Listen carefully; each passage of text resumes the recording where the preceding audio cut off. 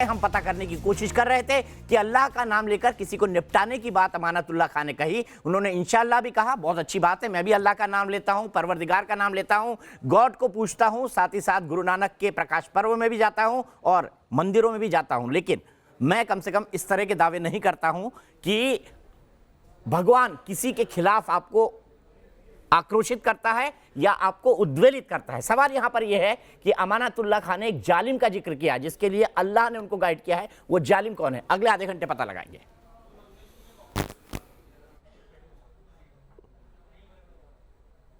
अल्लाह की है सब कुछ और अल्लाह ने फैसला कर लिया है कि इन जालिमों का पतन होगा, ये खत्म होंगे। इनके जो जुल्म किए हैं, इन जुल्म का खात्मा इंशाअल्लाह ओखला से होगा, जामिया से होगा। हम जरिया बनेंगे इंशाअल्लाह। कहीं ना कहीं से शुरुआत होती है। आज शाहीन बाग ने पूरी दुनिया को जगाने का काम किया इंशाअल्लाह। तो सबसे पास सीधे चलता हूं तहसीम के पास। तहसीम, बिना लाग लपट के मुझे प्लीज ये बताइएगा, इस सवाल का जवाब मेरे को $1 मिलियन क्वेश्चन की तरफ दिखाई दे रहा है। अमानतुल्लाह खान जिस बयान में जिक्र कर रहे हैं, ये जालिम कौन है?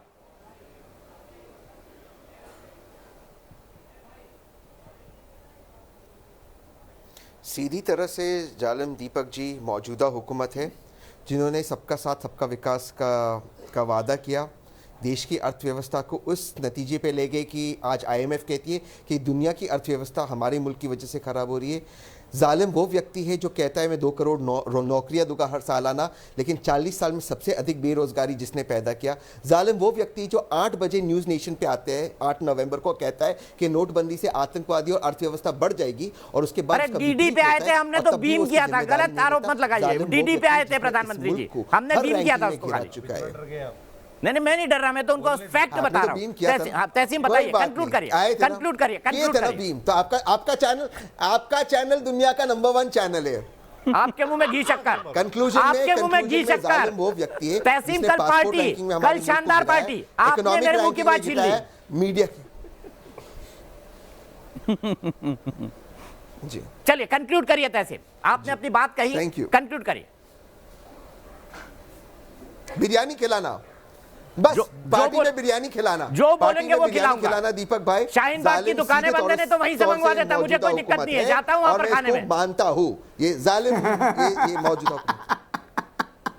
ठीक है, सीधे अवधेश जी, मैं आपके पास आपके साथ जरूर जाऊंगा, पर जालिम जी आप हरी भाई 1 मिनट, अवधेश जी जवाब देखिए। ऐसा है कि शाहीन बाग की बिरयानी खाओगे आपको देशद्रोही बोल दिया जाएगा, क्योंकि एक सांप्रदायिक बिरयानी खाने पर अगर कोई देशद्रोही बोलता है तो मैं अपने आप को देशद्रोही कहलाने को तैयार हूं। अवधेश जी बताइए। अगर कोई सांप्रदायिक मानसिकता से किसी शब्द का उच्चारण करता है तो उसको उसी दृष्टि से देखा जाना चाहिए। इस चीज का देखिए, असल में वो जो भाषण है वो भाषण लोगों को उत्तेजित करके वोट प्राप्त करने के लिए है, ये हमेशा ध्यान रखिए। अमानतुल्लाह खान ने जो पहले भाषण दिया था कि मोदी अगर रह गया तो मस्जिद के दरवाजे बंद हो जाएंगे, तुम्हारे चेहरे से बुर्का उतर जाएंगे, उसका ये अगला प्रारूप देखिए कि अल्लाह ने कहा है कि उनका नाश होगा, ये जालिमों का नाश होगा। तो वो उत्तेजना फैला रहे हैं कि आप सब खड़ा होके हमको दरअसल वोट दो, क्योंकि सामने की जो सत्ता है वो जालिम है। और आपको मालूम है कि इस्लाम में जालिम और शैतान का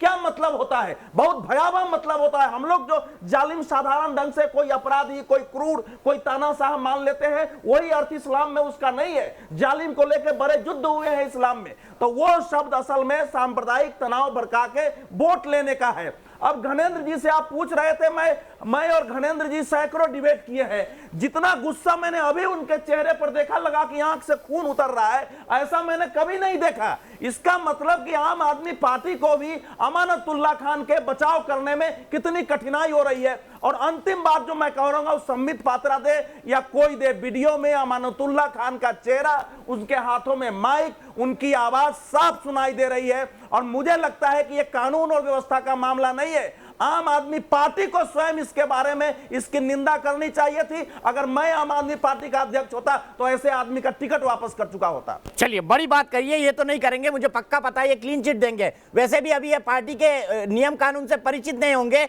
मेरे भाई घनेंद्र भारद्वाज अभी कांग्रेस पार्टी से आम आदमी पार्टी में आए हैं।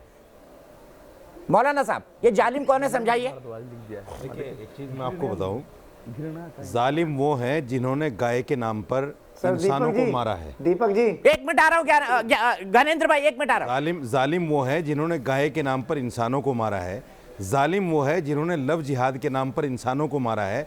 जालिम वो है जो पाकिस्तान के नाम पर हिंदुओं का वोट तो ओखला में अभी क्या हुआ है? सर, मैं नहीं सुनिए सर, मैं बोला नहीं, आप बोल जरूर रहे, जरा मैं पूछ लेता हूँ, एक सवाल तो पूछ सकता हूँ। अरे सवाल तो पूछ सकता हूँ, नहीं चुप रहूंगा।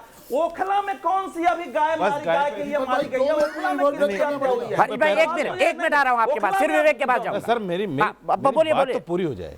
नहीं सवाल तो करेंगे ना। नहीं सवाल करिए, तो आपका सवाल करने दीजिए। मैं करूंगा 30 सेकंड आप दीजिए, बोलने दीजिए मौलाना साहब, 30 सेकंड बस।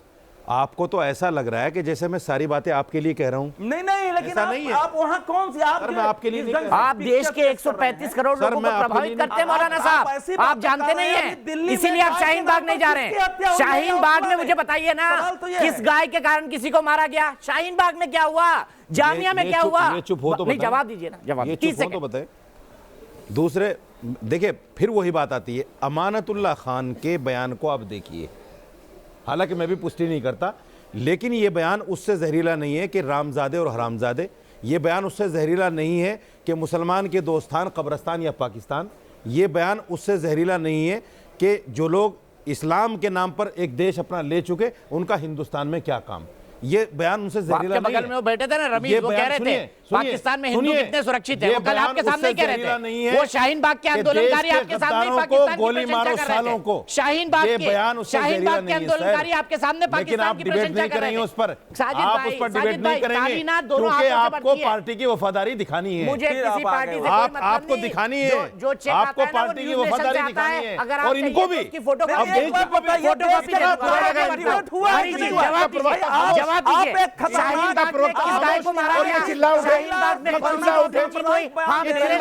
शाहीन बाग में क्या हुआ? दोनों का ऑडियो कट कर दीजिए, दोनों का ऑडियो कट कर दीजिए। हरीश खुराना जी सांप्रदायिक बयान देंगे तो उस पर टोक कर सवाल करना। पत्रकार शुरू से भारतीय जनता पार्टी कहती आ रही है कि कांग्रेस और आम आदमी पार्टी एक ही थैली की चट्टे बट्टे हैं। ये तहसीन पूना वालों ने जो अभी बोला उसका समर्थन करते हैं। आज इस बात का जवाब नहीं है कि जिस प्रकार से वहां शाहीन बाग में लिंचिंग हो रही है, आपके साथ लिंचिंग हुई, और आज एक कार्यकर्ता जो एक पत्रकार है गुंजा कपूर, उसके साथ लिंचिंग हुई। आपको परमिशन चाहिए क्या शाहीन बाग जाने के लिए? शाहीन बाग में जाने के लिए आपको परमिशन चाहिए क्या? पाकिस्तान के अंदर शाहीन बाग है क्या? उस बात का खंडन कोई नहीं कर रहा, उस बात को कंडेम कोई नहीं कर रहा, लेकिन दीपक जी इधर उधर की बातें करेंगे। मौलाना साहब आपकी हो जाती है, मौलाना साहब आपकी हो जाती है। पाकिस्तान के बगैर बोला नहीं जाता क्या? मौलाना साहब आपकी हो जाती है, बोलना नहीं आता क्या? देखो पाकिस्तान का शब्द आप पकड़ लेते हैं हर बार। शर्म नहीं आती तुम्हें? हिंदुस्तान का खाते हो, पाकिस्तान का गाते हो, शर्म नहीं आती? ये डायलॉग तो कल मैंने बोला था आपके लिए, आपने हरीश खुराना के लिए बोल दिया। बार बार पाकिस्तान का नाम तुम्हारी खून में बस गया। पाकिस्तान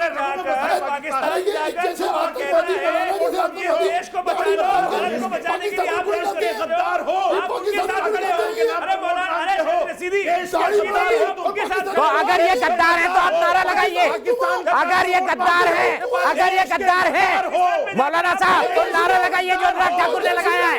नारा लगाइए जो अनुराग ठाकुर ने लगाया है। गद्दार हो। अनुराग ठाकुर ने सही कहा, गोली मारो सालों को। सही कहा उन्होंने, के गद्दार हैं। सही कहा, सही कहा ना अनुराग ठाकुर ने, बहुत सही। जिनको पाकिस्तान के नाम एक मिनट नहीं बोला जाता पाकिस्तान के बगैर, ऐसे लोगों को गोली मार देनी चाहिए। मैं समर्थन करता हूं उसके बयान का। ये जो ऐसे लोगों को गोली मार देनी चाहिए। एक मिनट में आ रहा हूं, विवेक को मैंने इंक्लूड नहीं किया, विवेक को इंक्लूड नहीं किया। विवेक मैं आपसे समझना चाहता हूं, आप 3 दशक से ज्यादा की दिल्ली की राजनीति कर रहे हैं, क्या शाहीन बाग जो डिस्कोर्स पैदा हो गया शाहीन बाग को लेकर, वो बीजेपी के लिए एज और आपके लिए नुकसानदेह शामिल हो सकता है? आप बताइए, आपका विश्लेषण क्या है? तो जो आपने कहा, हम लोग इतने समय से दिल्ली की राजनीति को देख रहे हैं, तो दिल्ली के इलेक्शंस में कभी क्या होता था कि डेवलपमेंट रुलाता था तो कभी प्याज रुलाता था, लेकिन इस बार पूरा नैरेटिव बदला हुआ है। शाहीन बाग, शर्जील इमाम, पाकिस्तान, नेशनलिज्म और तमाम चीज़ों की बातें हो रही हैं। इस स्थिति में अमानुल्लाह खान का ये बयान आया है। अभी तक आपने देखा होगा आम आदमी पार्टी पर एक भी हमला होता था किस तरह रिटॉर्ट करती थी पूरी पार्टी, किस तरह हमला बोलती थी, लेकिन एक सडन चेंज हुआ है, शिफ्ट हुआ है पार्टी के स्टैंड में। आज के दिन अरविंद केजरीवाल आम आदमी पार्टी के नेता और दिल्ली के मुख्यमंत्री, वो साबित करने पे तुले हैं कि वो बहुत बड़े हनुमान भक्त हैं, हनुमान चालीसा का कर रहे हैं, लेकिन खुल के वो काउंटर नहीं कर रहे हैं। पार्टी 2 तरह से इस मूव को खेल रही है। एक, अपने वहाँ के विधायक को कह रही है कि आप इस स्ट्रैटेजी पे चलो, लेकिन हम नहीं चल सकते 8 तारीख तक, क्योंकि हमें इस पे चुप रहना है। हम केवल और केवल डेवलपमेंट की बात करेंगे, क्योंकि हम नहीं चाहते कि चुनाव पोलराइज हो। तो अनुराग ठाकुर को बीजेपी दूसरी ने चीज, कहा होगा कैसा बयान दे दो। सर मैं आपके बीच में नहीं हम बोला, नहीं कह सकते, अमित शाह ने कहा होगा, हम नहीं कह सकते अनुराग ठाकुर कहे, भाई साहब जब आप परेश वर्मा कहे, भाई साहब नहीं, आप बताइए ना, नहीं बोला ना, ये सिर्फ आपके लिए पैमाना नहीं है, आप मेरी बात, बीजेपी के लिए पैमाना। एक मिनट, आप मेरी बात सर ये पैमाना बीजेपी के लिए, मौलाना साहब सुन लीजिए ना, सुन लीजिए ना, सुन लीजिए। अरे अरे एक मिनट, विवेक विवेक विवेक मैं आपसे फिर आऊंगा। विक्रमादित्य जी, विक्रमादित्य जी, तो बोला फायदा क्या? आप बात करिए ना। मौलाना साहब आचार्य जी को जवाब देना चाहते हैं। मैंने आपको मौका दिया, आचार्य जी को नहीं दिया। आचार्य जी जवाब दीजिए, फिर विवेक के पास जाऊंगा। आचार्य जी जवाब दीजिए। अभी मौलाना साहब बोल रहे थे कि मैं शाहीन बाग जाता हूँ, ये शाहीन बाग वही जगह है जहाँ फातिमा बोलती है इस देश के टुकड़े होने चाहिए। शर्गिल वहां बोलता है कि इस चिकन नेट को काट दो, असम को अलग कर दो। अब वहां जाके बोलते हैं, बात करते हैं, आप उनकी सपोर्ट करते हैं। जहां पर नारे लगते हैं, जहां जेएनयू के लोग खड़े होते हैं, वहां नारे लगते हैं। वहां नहीं है, शर्मिंदा है तेरे सरजील इमाम और फातिमा का बयान वहां का है ही नहीं। जहां पर छोटे छोटे इमाम और फातिमा का बयान वहां का है ही नहीं। छोटे छोटे बच्चों के मन में, ठीक है, मैं थोड़ा बहस को आगे ले जाऊंगा। हमने शर्जील को, बाकी लोगों को बहुत बहस कर लिया। भारद्वाज जी मैं सीधे आपके पास आऊंगा, लेकिन पहले एक मिनट मौलाना साहब और आचार्य जी थोड़ा ज्ञान लेके आइए। थोड़ा ये वहां का बयान ही नहीं है आचार्य जी। अब मैं ये समझना कैसे चाहता हूं आचार्य आपसे बोलूं कि आपको? क्या कारण ज्ञान ही नहीं है है आपको कि शाहीन बाग का समर्थन तो कर रही है, लेकिन उतर कर सामने नहीं आ रही है। क्या ये शाहीन बाग भारद्वाज की पार्टी को भारद्वाज जी की पार्टी को नुकसान पहुंचा सकता है? देखिए, तात्कालिक तौर पे वो चाहते हैं कि शाहीन बाग का मुद्दा इस समय उनका चुनावी मुद्दा ना हो, बीच से वो उनके लोग उसको थोड़ा बहुत स्मोक देते रहे, फायर देते रहे, इस तरह की स्ट्रैटेजी चल रही है। लेकिन यकीन जानिएगा 8 तारीख के बाद शाम 6 बजे जिस दिन वोटिंग पूरी होगी, खत्म होगी, उसके बाद पूरी आम आदमी पार्टी खुल के आपको, अगर उस समय तक ये जलसा वहां पे चलता रहा, ये यहाँ पे गैदरिंग लगी रही, आपको अरविंद केजरीवाल और उनका पूरा मंत्रिमंडल 8 तारीख की शाम को 6 बजे के बाद शाहीन बाग में मिलेगा और खुल के मिलेगा। अभी उनकी स्ट्रैटेजी ये है कि हम सिर्फ और सिर्फ डेवलपमेंट की बात करें, हम किसी तरह के लफड़े में ना पड़े। हम एक सेकंड साहब, आप फिर बोल 8 तारीख के बाद उनको फायदा क्या जाएगा? ठीक है विवेक, मैं आगे बढ़ता हूं। भारद्वाज जी, चलिए मैं माना बीजेपी विचारधारा के खिलाफ है, वो शाहीन बाग नहीं जाना चाहती। आपको उमर खालिद जैसे टुकड़े गैंग के समर्थक हैं, आपको शाहीन बाग जाना चाहिए। मनीष सिसोदिया ने उनको कहा है कि हम उनका समर्थन करते हैं। अरविंद केजरीवाल इतने बड़े नेता हैं, दिल्ली के मुख्यमंत्री हैं, अरे भाई वो शाहीन बाग क्यों नहीं गए? उनको अपने राज्य के लोगों की फिक्र नहीं है। ये बड़ी अजीब बात है। भारद्वाज साहब बताइए। दीपक जी बात मैं वहां से शुरू करूंगा जहां से आपने शुरू करी थी। आपने व्यक्तिगत रूप से मेरे ऊपर कुछ टिप्पणी करी थी। आप जैसे वरिष्ठ पत्रकार को अच्छा नहीं लगता, मैंने नहीं पूछा कि आप न्यूज नेशन से पहले कहाँ थे, लेकिन आप पता नहीं कहां से लेके आ गए। ये अच्छा नहीं है, बहुत वरिष्ठ हो। मैं कल किसी दूसरे चैनल में भी जा सकता हूं, लेकिन लोग बाग पार्टियां क्यों बदलते हैं? 30 साल का मेरा एक्सपीरियंस में जानता हूं। लेकिन जब पद नहीं मिलता, पैसा नहीं मिलता, एमएलए नहीं बनते, टिकट नहीं बनता, वाइस प्रेसिडेंट नहीं बनते, संयोजक नहीं बनते, सर मैं चुनाव नहीं लड़ रहा सर मैं चुनाव नहीं लड़ रहा। रही बात मौके की, आपको मैं बताना चाहता हूं कि आज भी इस इलेक्शन कमीशन ऑफ इंडिया ने भारतीय जनता पार्टी के मुंह पर तमाचा मारा है। डीसीपी राजेश देव को इलेक्शन कमीशन ने नोटिस जारी करा है कि कल जिस तरीके से उन्होंने एक क्रिमिनल का नाम आम आदमी पार्टी से जोड़ने की कोशिश करी थी, आज इलेक्शन कमीशन का तमाचा भारतीय जनता पार्टी के मुंह पे लगा है। और मैं आपको कहना चाहता हूं, आपके साथ लिंचिंग हुई, मैंने उस घटना की निंदा करी, मुझे दुख हुआ आपके साथ जिस तरीके का व्यवहार हुआ, लेकिन आपके साथ व्यवहार क्यों हुआ? क्योंकि दिल्ली पुलिस नाकाम है, दिल्ली पुलिस फेलियर साबित हुई है। दिल्ली की लॉ एंड ऑर्डर व्यवस्था दिन प्रतिदिन बिगड़ रही है। छात्र पिट रहे, छात्राएं पिट रही है, वकील पिट रहे, महिलाएं पिट रही है, पुलिस वालों मार्शल क्या कर रहे हैं? मार्शल दिल्ली में जब मार्शल सीसीटीवी वाईफाई वो क्या कर रहा है? वो क्यों नहीं बचा पा रहा है? आपके मार्शल क्या कर रहे हैं? मार्शल क्या कर रहे हैं? महिलाएं पिट रही हैं। पुलिसिंग हमें दे दो, पुलिसिंग हमें दे दो दीपक जी, पुलिसिंग, अरे पुलिसिंग हमें दे दो। 2 दिन में लॉ एंड ऑर्डर सुधार देंगे दिल्ली का। आपके साथ भी किसी की हिम्मत नहीं बढ़ेगी बदतमीजी करने की। बोला था ठीक है, भारद्वाज जी मैं 1 मिनट के लिए तहसीन के पास जाऊंगा। तहसीन में आपसे जानना चाहता हूं, आप कांग्रेस के समर्थक हैं, ऐसा लग रहा है कि कांग्रेस को आम आदमी पार्टी को जीतने के लिए उसने खुला रास्ता दे दिया, ऐसा क्यों? बताइए। भारद्वाज जी अब रुकना 24 पड़ेगा, आपको घंटे पूरा में वक्त दिया। 22 मर्डर हो तहसीन रहे हैं। बताइए। शर्म आनी चाहिए अमित शाह को।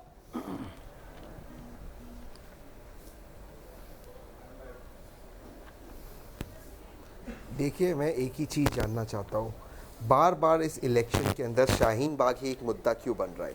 मुद्दा और क्यों नहीं बन रहा है? क्योंकि अमित शाह जी और नरेंद्र मोदी जी को विकास की बात नहीं करना, इकॉनमी की बात नहीं करना, नौकरियों की बात नहीं करना, दिल्ली के लिए क्या विजन है उसकी बात नहीं करना, तो बार बार शाहीन बाग, पाकिस्तान, आज भी अमित शाह जी ने कुछ बयान दिया कि शाहीन बाग वोट बैंक है।